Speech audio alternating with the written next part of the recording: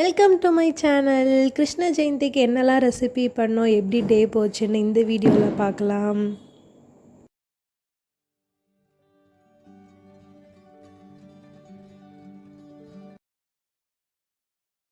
அவல் லட்டு. ஒரு கப் அவல் எடுத்து நம்ம நல்லா பேனில் போட்டு ரோஸ்ட் பண்ணி எடுத்துக்கலாம். இந்த மாதிரி உதிரி உதிரி வந்தோன்னே அது ஒரு பிளேட்டில் எடுத்து ஆற வச்சுட்டு மிக்சியில் போட்டு பவுடர் பண்ணி எடுத்துக்கலாம். அதே பேனில் நெய் ஆட் பண்ணி துருவின தேங்காய் ஆட் பண்ணி அதோடய மாய்ஸ்சரைசர்லாம் போகிற வரைக்கும் நல்லா உதிரி உதிரியாக வர வரைக்கும் நல்லா ஃப்ரை பண்ணி எடுத்துக்கலாம்.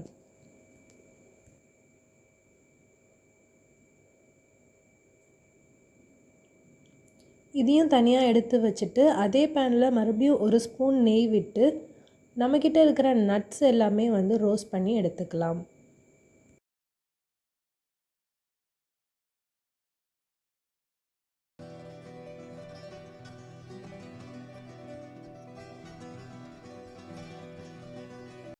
நெய்யில் வறுத்த தேங்காய் அப்புறம் நட்ஸ் இது ரெண்டுத்தையும் தனியாக எடுத்துக்கலாம்.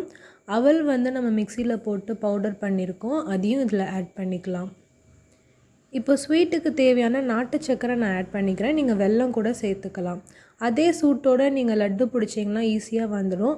அப்படி வரலைன்னா நல்லா உருக்கி சேர்த்திங்கன்னா லட்டு பிடிக்க வரும். நல்லா டைட்டாக உருட்டி உருட்டி எடுத்துட்டா நம்ம அவல் லட்டு ரெடி ஆயிடுச்சு.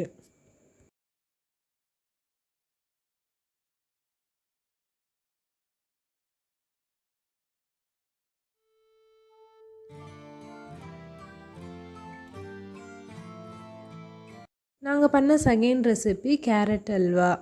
1/2 லிட்டர் பால் உங்கள் பேனில் போட்டு பாயில் பண்ணிக்கலாம். இன்னொரு கடாயில் 1.5 ஸ்பூன் நெய் விட்டு அதில் இருக்கிற நட்ஸ் எல்லாம் நம்ம ரோஸ்ட் பண்ணி எடுத்து தனியாக வச்சுக்கலாம். காய்ச்சின பாலில் 4 கேரட் துருவுனதை ஆட் பண்ணி இந்த மாதிரி சுண்ட வர வரைக்கும் நம்ம கிண்டிக்கிட்டே இருக்கணும்.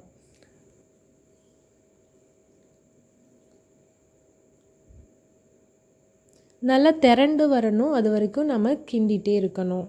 இந்த ஸ்டேஜில் நம்ம ரோஸ்ட் பண்ணி வச்சுருக்க நட்ஸ் ஆட் பண்ணிக்கலாம்.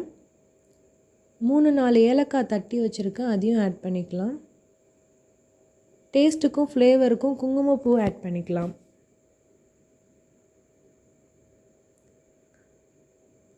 கேரட் இனிப்பாக தான் இருக்கும், அதனால் சுகர் கொஞ்சம் கம்மியாகவே சேர்த்துக்கலாம். தேவையான அளவு சுகர் எடுத்துக்கோங்க.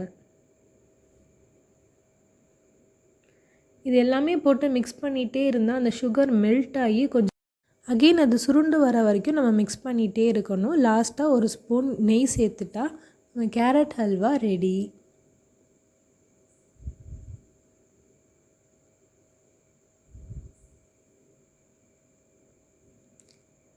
நம்மக்கிட்ட இருக்கிற நட்ஸ் எல்லாம் கொஞ்சம் மேலே போட்டு கார்னிஷ் பண்ணால் இப்படி தான் இருக்குது நம்ம ஹல்வா. ரொம்ப டேஸ்ட்டாக இருந்தது.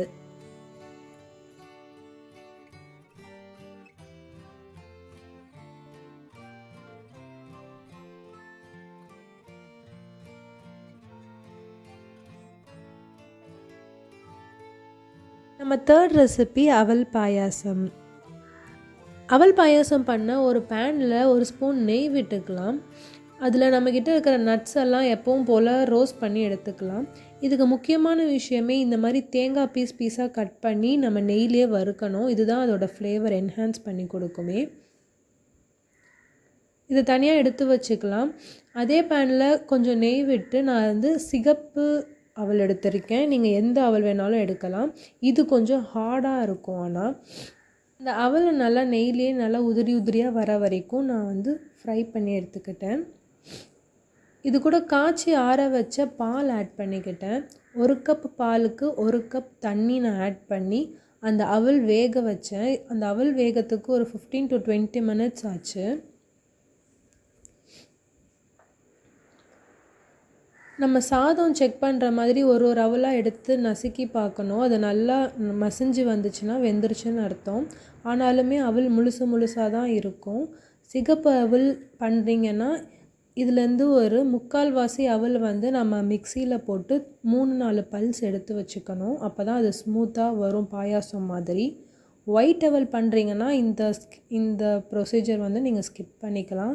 ஒயிட் அவல் நல்லா கொஞ்சம் பேலன்ஸ் இருக்கிற இந்த பாயாசத்தில் நான் கொஞ்சம் குங்குமப்பூ ஆட் பண்ணிக்கிறேன், ஃப்ளேவருக்கும் டேஸ்ட்டுக்காகவும். 3-4 ஏலக்காய் நசுக்கி ஆட் பண்ணிக்கிறேன். ஆல்ரெடி ரோஸ்ட் பண்ணி வச்சுருக்க நட்ஸும் தேங்காயும் ஆட் பண்ணிக்கிறேன்.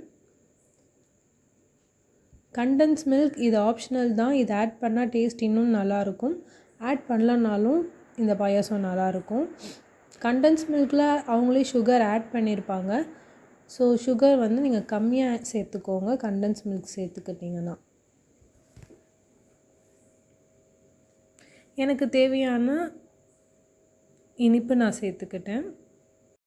இது எல்லாமே நம்ம மிக்ஸ் பண்ணிகிட்டு இருக்கிற கேப்பில் நம்ம 3-4 டைம்ஸ் பல்ஸ் பண்ணி வச்சுருந்த அந்த அவலையும் நம்ம சேர்த்துக்கலாம். இந்த மாதிரி பல்ஸ் பண்ணி எடுத்துக்கோங்க 1-2மா. ரொம்ப ஸ்மூத் பேஸ்ட்டாக பண்ணிங்கனாலும் இது நல்லா இருக்காது. தேவையான அளவு தண்ணி இல்லை பால் சேர்த்திங்கன்னா நம்ம பாயாசம் ரெடி ஆகிடும். இது மேலே மீதி இருக்கிற நட்ஸ் எல்லாம் நான் ஆட் பண்ணியிருக்கேன். உங்களுக்கு தேவைன்னா லாஸ்ட்டாக 1 ஸ்பூன் நெய் கூட ஆட் பண்ணிக்கலாம். இந்த பாயாசம் ரொம்ப டேஸ்ட்டாக இருந்தது. எங்கள் வீட்டில் 10 நிமிஷத்தில் காலி ஆயிடுச்சு. இந்த 3 ரெசிபி தான் நான் கிருஷ்ண ஜெயந்திக்கு இன்றைக்கி பண்ணியிருந்தேன். அவல் லட்டு, அவல் பாயாசம், கேரட் ஹல்வா. மீதி இருக்கிற பொருள் ரெசிப்பியில் ஏதாவது ஒரு ரெசிபி நீங்கள் வரப்போகிற விநாயகர் சதுர்த்திக்கு கண்டிப்பாக செஞ்சு பார்த்துட்டு எனக்கு எப்படி இருக்குன்னு சொல்லுங்கள். இந்த மாதிரி குட்டி குட்டி சிம்பிளான ரெசிபீஸும் நான் நெக்ஸ்ட்டு போடுறேன்.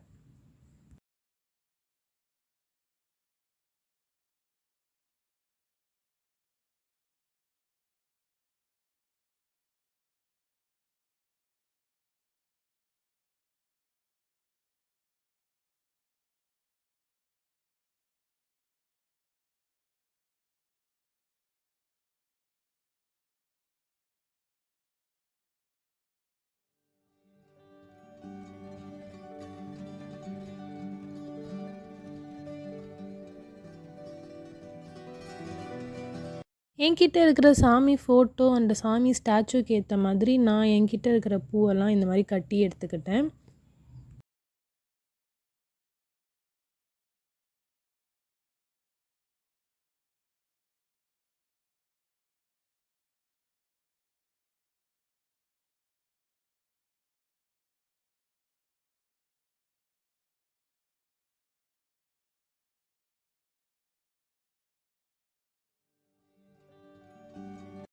மாயிலை தோரணம் இந்த மாதிரி மஞ்சள் குங்குமம் வச்சா இன்னும் எக்ஸ்ட்ராவாக மங்களகரமாக இருக்கும்.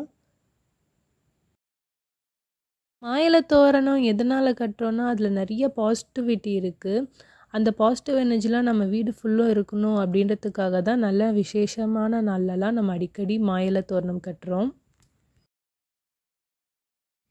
எப்போவுமே நாங்கள் வாசக்காலில் இந்த மாதிரிலாம் மஞ்சள் அப்ளை பண்ணிவிட்டு அதில் குங்குமமும் விபூதியும் வந்து நாங்கள் பொட்டா வைப்போம். இது ட்ரை ஆனதுக்கப்புறம் பார்க்க ரொம்ப சூப்பராக இருக்கும்.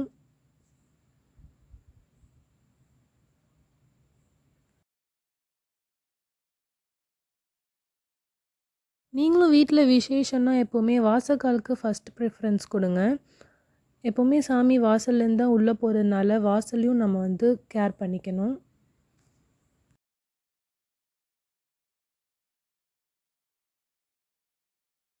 இன்றைக்கி நான் மாவு கோலம் தான் போட போகிறேன்.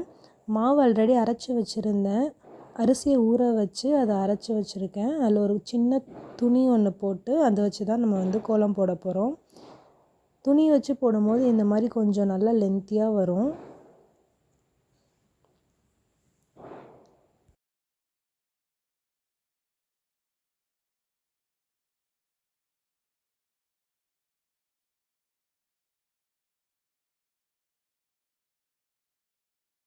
ஒயிட் கலர் மாவில் கொஞ்சோண்டு மஞ்சத்தூள் ஆட் பண்ணால் இந்த மாதிரி எல்லோ கலரில் வந்தது. பார்க்க அழகாக இருக்குமேன்னு நான் இந்த மாதிரி பண்ணியிருந்தேன். அப்புறமா காவி இதெல்லாம் சேர்த்து தான் நான் கோலம் போட்டிருந்தேன். எல்லாம் போட்டு முடித்தாச்சு. சாமி கால்லாம் எல்லாமே வச்சாச்சு. அதுக்கப்புறமா நான் இந்த மாதிரி தான் ரெடியாக இருந்தேன். ஒரு ப்ளூ கலர் சாரீ. இது என்னுடைய ஃபேவரட்டான சாரீ. எங்கள் அம்மா எனக்கு எடுத்து கொடுத்தது.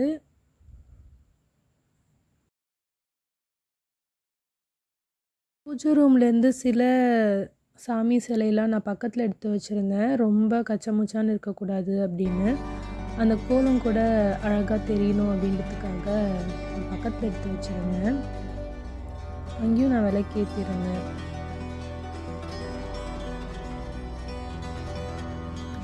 இது பார்க்கவே ரொம்ப பியூட்டிஃபுல்லாக ரொம்ப அட்ராக்டிவாக இருந்தது. கலர் கலராக கிருஷ்ணர் அழகாக வந்திருந்தாங்க.